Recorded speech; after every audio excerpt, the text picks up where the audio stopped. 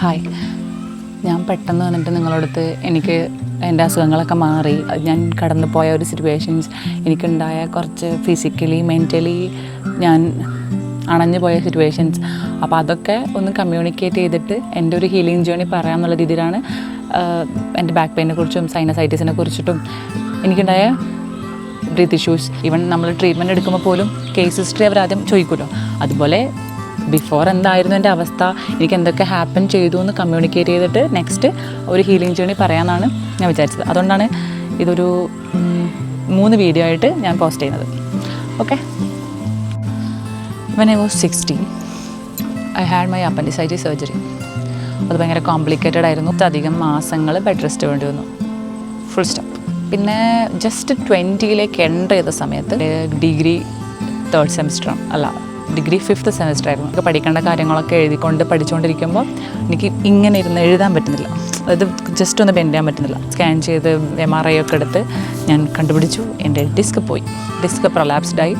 L3 L4 L5 L4 L5 പ്രൊലാപ്സ്ഡായി. അത് S1ലേക്ക് ഓവർലാപ്പ് ചെയ്തു.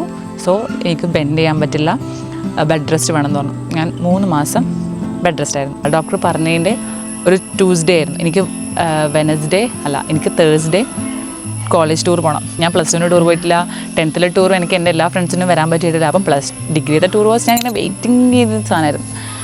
അത് പോയി, കോളേജ് ടൂർ പോയി. അത് ഫുൾ കോർഡിനേറ്റ് ചെയ്ത് സെറ്റ് ചെയ്തതൊക്കെ ഞാനും എൻ്റെ വേറൊരു ഫ്രണ്ടും കൂടിയാണ്. അങ്ങനെ 3 മാസം ഞാൻ പോയില്ല ടൂറിന്. 3 മാസം bed rest. Degree final year. ഞാൻ റോൾ നമ്പർ 1 ആയിരുന്നു. അപ്പം എനിക്ക് വൈവ 5 മിനിറ്റേ ഉണ്ടായുള്ളൂ. കാരണം എൻ്റെ HOD ഭയങ്കര മുത്തായിരുന്നു, വിനോദ് സാർ എന്ത് ചെയ്തെന്ന് വെച്ചാൽ എൻ്റെ എല്ലാ ക്ലാസ്സിലും എനിക്ക് ഇരിക്കാൻ പറ്റില്ലല്ലോ. അപ്പം ഒരു 30 മിനിറ്റ്സ് കഴിയുമ്പോൾ എനിക്ക് എഴുന്നേറ്റ് നിൽക്കണം. ഞാൻ എൻ്റെ 5th സെമിസ്റ്റർ ഫുള്ള് ക്ലാസ്സിൽ നിൽക്കുക ചെയ്തില്ല, ലഞ്ച് ബ്രേക്കിന് നിൽക്കുക. എൻ്റെ ക്ലാസ്സിലെ ഫ്രണ്ട്സിനറിയാം. പക്ഷേ അവരത് ഭയങ്കര എന്നെ എൻ്റർടൈൻ ചെയ്തിട്ട് അത് ഡീൽ ചെയ്തതുകൊണ്ട് എനിക്ക് അത്ര ട്രോമ ഉണ്ടായില്ല, പക്ഷേ ഭയങ്കര പെയിൻഫുൾ ആയിരുന്നു. കാരണം എനിക്ക് കുറേ നേരം ഇരിക്കാൻ പറ്റില്ല,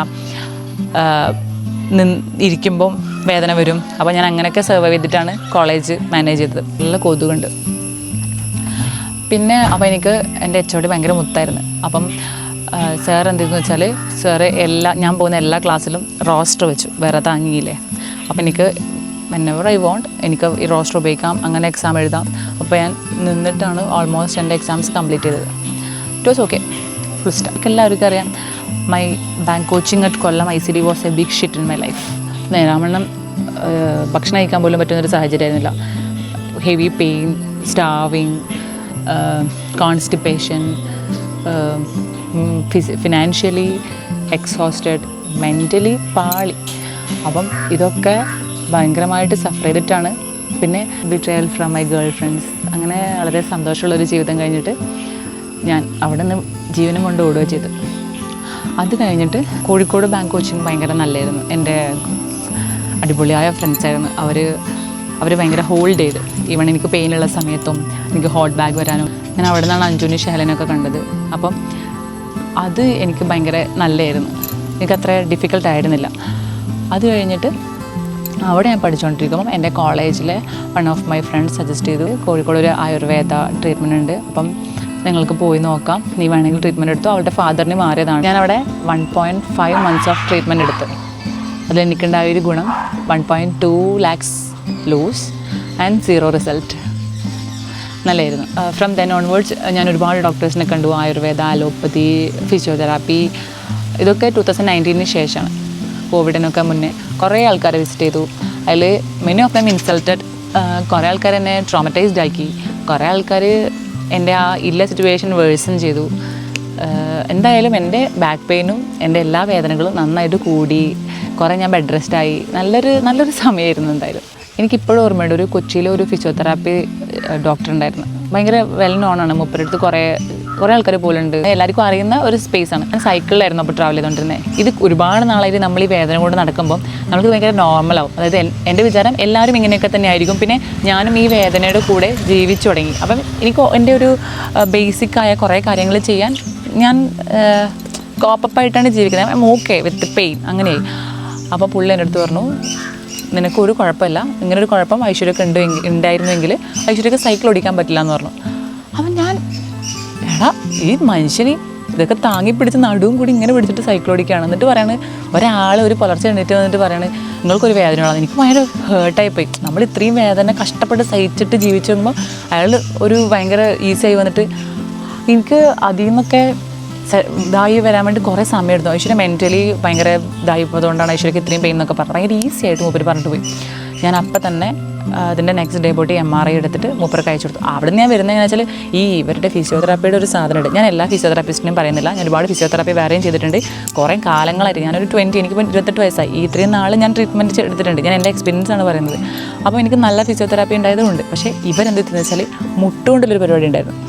ഇങ്ങനെ നമ്മളുടെ ഈ ഇൻഫ്ലമേഷൻ്റെ അടുത്തൊക്കെ ഈ മുട്ടുകൊണ്ട് ഇങ്ങനെ ആക്കും. അപ്പം എൻ്റെ ഞാൻ ഒരു ദിവസം വെറുതെ മിറർ നോക്കുമ്പോൾ എൻ്റെ ബാക്കിൽ നിറയെ വയലറ്റ് കളറാണ്. ഇതിങ്ങനെ മുഴച്ച് ബ്ലഡ് ക്ലോട്ടായിട്ട് എന്തൊക്കെയോ പരിപാടികളുണ്ടായിരുന്നു. മറ്റേ ഒരു എന്തൊക്കെയോ മെഷീൻസ് ഉപയോഗിച്ചിട്ട് ഈ നമ്മുടെ നീര് ഇൻഫ്ലമേഷൻ അവർ ഉടക്കുകയാണ്. പക്ഷേ പിറ്റേ ദിവസം എനിക്ക് പഴയ പോലെ ആവും. എനിക്ക് ഒരു വ്യത്യാസം ഉണ്ടായില്ലായിരുന്നു. എൻ്റെ വേദന കൂടിയതല്ലാതെ എനിക്ക് ഇരിക്കാൻ പോലും പറ്റില്ലായിരുന്നു. കുറേ എന്തെല്ലോ ടാപ്പൊക്കെ ഒട്ടി ചുക്കുമായിരുന്നു മേത്ത്. ഒരു റോബോട്ടിനെ പോലെ നടന്നുകൊണ്ടിരുന്നത്. അതിനുള്ള മനുഷ്യന് സൈക്കിൾ ഓടിക്കണം. പക്ഷേ അതൊരു കുഴപ്പമായി. ദേഷ്യമാണ്. ഓക്കെ. MRI എടുത്തിട്ട് മൂപ്പർക്ക് അയച്ചു കൊടുത്തു. അപ്പം ഞാൻ ഇയാളെ കാണിക്കുന്ന സമയത്തും മീൻസ് എൻ്റെ പ്രൈമറി സ്റ്റേജിൽ എനിക്ക് L4 L5 ആണ് എനിക്ക് അറിയുന്നത്. പക്ഷേ എൻ്റെ സെക്കൻഡ് MRIയിൽ ഞാൻ അറിഞ്ഞു എൻ്റെ L3 L4 L5 പ്രൊലാപ്സ്ഡായി. അത് S1-നെ ഓവർലാപ്പ് ചെയ്തു. അപ്പം നല്ല അലമ്പായിട്ടാണ് ഇരിക്കുന്നത്. എൻ്റെ വേദനയൊക്കെ കൂടിയിരിക്കുകയാണ്. എന്നിട്ടാണ് ഒരാൾ നേരെ വന്നിട്ട് ഒരു വെളിവില്ലാതെ വന്ന് എൻ്റെ അടുത്ത് സംസാരിച്ച്. ഞാൻ എന്നിട്ട് മൂപ്പരെ ഡോക്ടേഴ്സിനെ അയച്ചു കൊടുത്ത് ഇങ്ങനെയാണ് എൻ്റെ അവസ്ഥ, സലാം പറഞ്ഞിട്ട് ഞാൻ അവിടെ നിന്ന് പോയി. പിന്നെ ഞാൻ അവിടെ പോയില്ല. പിന്നെ എനിക്ക് ഇതിലൊന്നും ട്രസ്റ്റ് ഇല്ലാണ്ടായി. ആയുർവേദ പാളി, എൻ്റെ കുറേ പൈസയും എൻ്റെ കുറേ സമയം, എൻ്റെ കുറേ വിഷമം, ലോൺലിനെസ്, ബെഡ് റെസ്റ്റ്, മരുന്ന്, കഷായം എന്ന് പറഞ്ഞിട്ട് അലമ്പായി.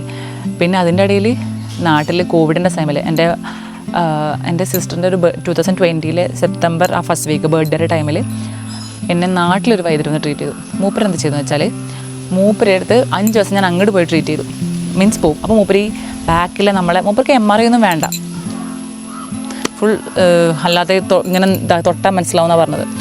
എന്നിട്ട് എൻ്റെ ഇവിടുത്തെ നേഴ്സിനൊക്കെ പിടിച്ച് വലിച്ചിട്ട് 5 ദിവസം അവിടെ പോയി ട്രീറ്റ്മെൻറ്റ്. എന്നിട്ട് 6ാമത്തെ ദിവസം മൂപ്പര് വീട്ടിലേക്ക് വരും. എന്നിട്ട് എൻ്റെ ഈ ഗ്ലൂട്ടിയൽ മസിലിലെ നേഴ്സൊക്കെ മൂപ്പര് വലിച്ചിട്ടൊരു സാധനം ചെയ്തു. ഞാൻ എനിക്ക് കരഞ്ഞ് നിലവിളിച്ചിട്ട് വീട്ടിൽ നിന്നാണ് നിലവിളിച്ചിട്ട് ഒരു സ്റ്റേജിൽ നമ്മൾ കയ്യിൽ നിന്ന് പോകുന്നൊരവസ്ഥയില്ലേ. എനിക്ക് ഇപ്പോഴും ആലോചിക്കുമ്പോൾ വേദനയാണത്. അപ്പം എൻ്റെ ഒരു സിറ്റുവേഷൻ കണ്ടിട്ട് അമ്മ എൻ്റെ കൂടെ ഇരിക്കണ്ട. അമ്മ ഫുൾ കരച്ചായിരുന്നു. അപ്പോൾ അമ്മേൻ്റെ അടുത്ത് പറയണത് നിനക്ക് ഈസി ആയിട്ട് പ്രസവിക്കാൻ പറ്റുമെന്ന് എന്നിട്ട് തമാശയിൽ പറയായിരുന്നു. നോട്ട് സീരിയസ്, തമാശയിൽ. നിനക്ക് പ്രസവവേദന ഒന്നും ആയിരിക്കില്ല. കാരണം അയാൾ ഈ നെർവ്സ് എടുത്തിട്ട് മുടി മെടയുന്ന ഇരുന്ന് മെടയിരുന്നതുകൊണ്ട് അത് അങ്ങോട്ടും ഇങ്ങോട്ടും ആക്കിയിട്ട് എനിക്ക് ഇപ്പോഴും പ്രോപ്പറായിട്ട് ഓടാൻ പറ്റില്ല. ഓടുമ്പോൾ എനിക്ക് പെയിനാണ്. എൻ്റെ ഒരു വീഡിയോനകത്ത് ഞാനും ഓടുന്നൊരു വീടിനകത്ത് കുറേ ആൾക്കാർ എൻ്റെ ഓട്ടം തന്നെ കമൻറ്റ് ചെയ്തിരുന്നു. അപ്പം എനിക്ക് കുറച്ച് വിഷമമായി. പക്ഷേ ഇതൊക്കെയാണ് കാരണം. എനിക്ക് പ്രോപ്പറായിട്ട് വേദന ഇല്ലാതെ നന്നായിട്ട് ഓടാൻ പറ്റില്ല. ഇപ്പോഴും എനിക്ക് ഗ്ലൂട്ടിയൽ മസിൽ വേദനയാണ്. എനിക്കത്ര ഈസി അല്ല എൻ്റെ ഒന്നും. അത് കഴിഞ്ഞ് ഈ ഒരു പെയിൻഫുള്ളായ ജേണിയിൽ നിന്ന് ഞാൻ എത്തിയൊരു പോയിൻ്റ് എന്ന് പറഞ്ഞാൽ എനിക്ക് നല്ല ബുദ്ധിമുട്ടുണ്ട്. ഞാൻ ഈ വേദനയുമായിട്ട് പൊരുത്തപ്പെട്ട് ജീവിച്ചു തുടങ്ങി.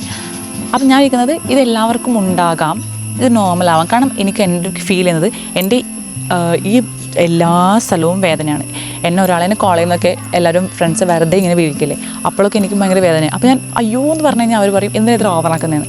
അപ്പോൾ ഞാൻ എനിക്ക് വേദന ഉള്ളതുകൊണ്ടാണ് ഞാൻ പറയുന്നത്. ഈവൺ ആഫ്റ്റർ ദാറ്റ് ഓൾസോ ഞാൻ കുറേ ഡോക്ടേഴ്സിനെ കണ്ടു. കാരണം എനിക്ക് ബെൻഡിങ് ഒരു ബിഗ് ടാസ്ക്കായി. എനിക്ക് ഈവൺ എൻ്റെ ഫേസ് വാഷ് ചെയ്യാനോ ഹെയർ വാഷ് ചെയ്യാനോ ബെൻഡ് ചെയ്യാൻ പറ്റില്ല. അത്രയും ഡിഫിക്കൽട്ടായിരുന്നു എനിക്ക്. അപ്പം ഡോക്ടേഴ്സിനെ കണ്ടേ പറ്റുള്ളൂ. കാരണം ഇത് മാറാതെ എനിക്ക് എൻ്റെ ബേസിക്കായ കാര്യങ്ങൾ വരെ ചെയ്യാൻ ബിഗ് ടാസ്ക്കായി. ഈ ഭയങ്കരമായ ഹെക്ടിക് സ്കെഡ്യൂൾസ് ഉണ്ടാകുമ്പോഴും ഷൂട്ട് ഉണ്ടാവുമ്പോഴും ട്രാവൽ ചെയ്യുമ്പോഴൊക്കെ ഞാൻ എന്ത് ചെയ്യുന്നത് വെച്ചാൽ കൊച്ചിയിലെ ചെറിയ മസാജ് പോയിട്ട് നോർമൽ ഹോട്ട് ഓയിൽ മസാജോ അങ്ങനെ എന്തെങ്കിലും ഒരു അഭ്യംഗം എന്ന് പറയും, നമ്മൾ നോർമൽ മസാജ് ചെയ്യും. അല്ലെങ്കിൽ എന്തെങ്കിലും ബോഡിക്ക് വല്ല തെറാപ്പി എടുത്തിട്ട് അതൊന്ന് ആ വേദന കുറച്ചിട്ട് പോവും. I rest my body also my mind. കാരണം നിനക്ക് ഇത്രയും പറ്റില്ല, നിനക്ക് കുറേ നിനക്ക് ഇതൊന്നും ചെയ്യാൻ പറ്റില്ല, എനിക്കങ്ങനെ റെസ്ട്രിക്റ്റ് ചെയ്യേണ്ടി വന്നു. കാരണം ചിലപ്പോൾ എന്തെങ്കിലുമൊക്കെ ഹെവി ആയിട്ട് ഓടുകയോ ചാടിയേ, ഈവൻ ട്രെയിനിനൊക്കെ നമ്മൾ പ്ലാറ്റ്ഫോം ചാടി കയറില്ലേ, അതിൻ്റെയൊക്കെ റിസൾട്ട് വെച്ചാൽ ഇങ്ങനെ കിടക്കും ഞാൻ. പിന്നെ എനിക്ക് 2 ദിവസത്തേക്ക് അനങ്ങാൻ പറ്റില്ല. Even I had the worst memories in my relationships.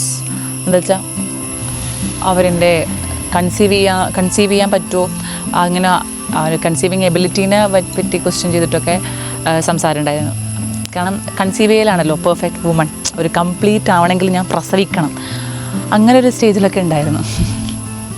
എനിക്കിതിൻ്റെ കൂടെ തന്നെ പാരലലി ഉണ്ടായ നല്ലൊരു കാര്യം എന്താ വെച്ചാൽ എനിക്ക് അലർജി ഇഷ്യൂസ് ഉണ്ട്. ഡസ്റ്റിനോടാണ് ഭയങ്കര കൂടുതൽ. അപ്പം തുമ്മുമ്പം ഭയങ്കര ഡിഫിക്കൽട്ടാണ്. അപ്പം എനിക്ക് നോസിൽ എന്നോട് ഓപ്പറേറ്റ് ചെയ്യാൻ പറഞ്ഞു ഡോക്ടർ. എൻ്റെ ലോവർ ബാക്കിനും ഓപ്പറേറ്റ് ചെയ്യാൻ പറഞ്ഞു. അപ്പം എനിക്കിത് രണ്ടും ചെയ്യാൻ പേടിയേക്കാണ്. എൻ്റെ അപ്പൻഡിസൈറ്റിസ് സർജറി എന്ന് പറയുന്നത് ഭയങ്കര ഡാർക്കായിരുന്നു. എനിക്ക് കുറേ ദിവസം അനങ്ങാൻ പോലും പറ്റിയില്ല. അപ്പം എല്ലാവർക്കും ഈസിയായ കാര്യങ്ങൾ എനിക്ക് ഈസിയല്ല. അപ്പോൾ എൻ്റെ ബോഡി കുറച്ചും കൂടെ കോംപ്ലിക്കേറ്റഡ് ആണെന്ന് ഞാൻ മനസ്സിലാക്കിയല്ല. എനിക്കപ്പോൾ തോന്നി എൻ്റെ ബോഡി നോർമലല്ല, കുറച്ചും കൂടെ സീരിയസ് ആയി നമ്മൾ അപ്രോച്ച് ചെയ്യേണ്ട ഒരു കാര്യമാണ്. അപ്പം ഞാൻ എന്തെന്ന് വെച്ചാൽ ഇത് രണ്ടും എനിക്ക് ഓപ്പറേഷൻ സർജറി എന്നുള്ളൊരു ടോപ്പിക്കിൽ വരുമ്പോൾ എനിക്ക് പേടിയാണ്. അപ്പോൾ ഞാൻ രണ്ടും ചെയ്തില്ല. പിന്നെ എൻ്റെ അടുത്ത് പറഞ്ഞത് ലോവർ ബാക്ക് ഓപ്പറേറ്റ് ചെയ്ത് കഴിഞ്ഞാൽ മേ ബി നിങ്ങൾക്ക് നടക്കാൻ പറ്റണില്ല, വീൽ ചെയറിലാവാം. പിന്നെ ഏത് ധൈര്യത്തിലാണ് ഞാൻ പോയി കാലിനും നടുവിനും ഓപ്പറേറ്റ് ചെയ്യേണ്ടത്? ഒരു ഇൻഫിനിറ്റ് കൺസൾട്ടേഷൻസും എക്സ്പെരിമെൻറ്റ്സൊക്കെ കഴിഞ്ഞപ്പോൾ ഞാൻ മനസ്സിലാക്കി എൻ്റെ L3, L4, L5 and S1 പ്രൊലാപ്സ്ഡായി പാളിയിരിക്കുകയാണ്. ഓൾസോ എനിക്ക് അലർജി ഇഷ്യൂസ് ഉണ്ട്. അത് മോസ്റ്റ്ലി ടു ഡസ്റ്റാണ്. അപ്പം ഇതിനൊക്കെ ഞാൻ കെയർ എടുക്കണം.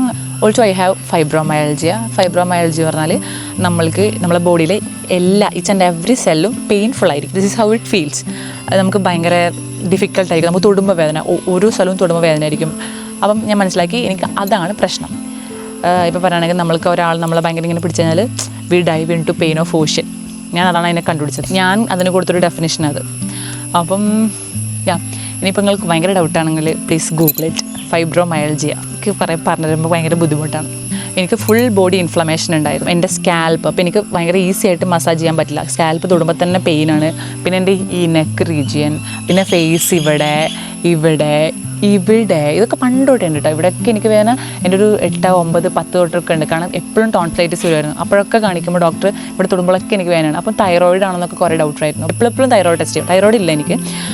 അപ്പം പിന്നെ എൻ്റെ ഫിംഗർ ടിപ്സ് എനിക്ക് പെയിനാണ്. എനിക്ക് ആകെ വേദനയില്ലാത്ത സ്ഥലം ചുണ്ടിന് വേദനയില്ല, ചെവിയുടെ ഇവിടെ നിന്ന് വേദനയില്ല, ബാക്കി എല്ലാ സ്ഥലത്തും വേദനയുണ്ട്. തലയിലെ സ്കാൽപ്പ് വരെ വേദനയായിരുന്നു. ഇനി എൻ്റെ ബാക്ക് പെയിൻ്റെ reason, I use to dance from my childhood till college. കാരണം കോളേജിൻ്റെ സെക്കൻഡ് ഇയറിലാണ് എനിക്ക് നടുവിന് പാളിയത്, ഞാൻ ബെഡ് റെസ്റ്റ് ആയത്. അതിനുശേഷം എനിക്ക് ഡാൻസ് ചെയ്യാൻ പറ്റിയില്ല. അതെൻ്റെ ഒരു വലിയ ഹാർട്ട് ബ്രേക്കായിരുന്നു. കാരണം ഞാൻ 7ാം ക്ലാസ് തൊട്ടിട്ട് സ്കൂളിൽ തിരുവാതിരക്കളിക്ക് മത്സരിക്കുമായിരുന്നു. പിന്നെ എനിക്ക് +2 ഞാൻ തിരുവാതിരക്ക് മത്സരിക്കുമായിരുന്നു. തിരുവാതിരക്ക് +2 സ്റ്റേറ്റ് കലോത്സവത്തിന് പങ്കെടുത്തുകൊണ്ട് എനിക്ക് 30 ഗ്രേസ് മാർക്സ് കിട്ടി. അതുകൊണ്ടാണ് എനിക്ക് +2 ഫുൾ A+ കിട്ടിയത്. എല്ലാ സബ്ജക്റ്റിലും ഫുൾ A+ കിട്ടിയിരുന്നു എനിക്കതുകൊണ്ട്. ഗ്രേസ് മാർക്ക് എന്നെ കുറേ സ്ഥലത്ത് സഹായിച്ചിട്ടുണ്ട്. ഞാനത് ഭയങ്കര സന്തോഷിച്ച് സുഖകരമായി പോകുന്നൊരു ജീവിതത്തിൽ പെട്ടെന്നൊന്നാണ് നടുവേദന. അപ്പോൾ എന്തായെന്ന് വെച്ചാൽ എൻ്റെ ഡിഗ്രി ഫൈനൽ ഇയറിൽ എനിക്ക് തിരുവാതിര കളിക്കാൻ പറ്റിയില്ല, സൈഡായി. അതെൻ്റെ ജീവിതത്തിലെ ഒരു വലിയ ഹാർട്ട് ബ്രേക്ക് ആയിരുന്നു. ഞാൻ ഭയങ്കര സൈഡായി പോയി, കുറേ കരഞ്ഞ്. കാരണം എനിക്കത് ഭയങ്കര റഷായിരുന്നു തിരുവാതിരക്ക്. ആ സമയത്ത് ഭയങ്കര ഇഷ്ടമായിരുന്നു. അത് പോയി. ഞാൻ ഇതൊക്കെ ഷെയർ ചെയ്യുന്നത് എന്തായിരുന്നു എൻ്റെ ഒരു ഫിസിക്കൽ കണ്ടീഷൻ, ഞാൻ എന്തിനായിരുന്നു ട്രീറ്റ്മെൻറ്റ് എടുത്തത്. ഞാൻ പെട്ടെന്ന് വന്നിട്ട് പറയുമ്പോൾ അതിനകത്ത് കുറേ കൺഫ്യൂഷൻസ് ഉണ്ട്. മീൻസ് നമ്മളൊരു ബിഫോർ ആഫ്റ്റർ ഏത് കാര്യത്തിനും എടുക്കുമല്ലോ. അപ്പം അതിനാണ് ഞാൻ പറയുന്നത്, അല്ലാതെ not for your sympathy or empathy. കാരണം അതിന് രണ്ടിനും എന്നെ ഹെൽപ്പ് ചെയ്യാൻ പറ്റില്ല. ഈവൻ പെയിൻ കില്ലേഴ്സിന് പോലും എന്നെ ഹെൽപ്പ് ചെയ്യാൻ പറ്റുന്നുണ്ടായില്ല. അപ്പം എനിക്കിതൊക്കെ കമ്മ്യൂണിക്കേറ്റ് ചെയ്യുന്നത് ഇതൊരു പെർട്ടിക്കുലർ ആൾക്കാർക്ക് വേണ്ടി മാത്രമാണ്, നോട്ട് ഫോർ എവരിവൺ. ഏറ്റവും ബുദ്ധിമുട്ടാക്കിയൊരു കാര്യം, ഫോർ സോ മെനി ഇയേഴ്സ് എൻ്റെ ഐഡൻറ്റിറ്റി തന്നെ കുറേ സ്ഥലത്ത് നടുവേദനയുള്ള കുട്ടീനായി. അത് എന്നെ ഭയങ്കര ഡാമേജ് ചെയ്ത്. പേരല്ലാതെ നമ്മുടെ ഒരു അസുഖത്തിൻ്റെ ഐഡൻറ്റിറ്റി അത്ര സുഖമുള്ള കാര്യമില്ല. അസുഖം എന്നില്ലെങ്കിൽ പോലും നമ്മൾക്ക് എനിക്ക് വേണ്ടാത്തൊരു കാര്യത്തിനെ പറ്റിയിട്ട് എപ്പോഴെപ്പോഴും ഓർമ്മിക്കേണ്ടി വരുന്ന അതിനൊരു ഐഡൻറ്റിറ്റി ആകുമ്പോൾ കുറച്ച് ബുദ്ധിമുട്ടാണ്. So no need for sympathy. എനിക്ക് നിങ്ങളുടെ ആരുടെയും സാധനം വേണ്ട. ഞാനിത് പറയുന്നത് ജസ്റ്റ് ഫോർ നിങ്ങൾക്ക് അത് അറിയാൻ വേണ്ടി മാത്രം. നിങ്ങളിത് അറിഞ്ഞിട്ട് നെക്സ്റ്റ് എനിക്ക് എന്ത് മാറ്റങ്ങൾ വന്നു എന്ന് ഞാൻ പറയുമ്പോൾ നിങ്ങൾക്കൊരു ക്ലാരിറ്റിക്ക് വേണ്ടി മാത്രം. Only for you, not for me. ഞാനിത് പറഞ്ഞതെന്ന് വെച്ചാൽ this will help at least one of you. Maybe നിങ്ങൾക്ക് ആർക്കെങ്കിലും ഇത് കണ്ടിട്ട് നിങ്ങളുടെ ഏതെങ്കിലും ഒരു കറണ്ട് സിറ്റുവേഷൻ, കാരണം ഇതിലേതെങ്കിലും ഒന്ന് നിങ്ങൾക്ക് ഉണ്ടാവുമല്ലോ, എല്ലാം കൂടി ഇല്ലെങ്കിലും അറ്റ്ലീസ്റ്റ് എങ്കിലും ഉണ്ടാവുമെങ്കിൽ നിങ്ങൾക്കിത് ഹെൽപ്പ് ചെയ്യും. So I am here. Love you all.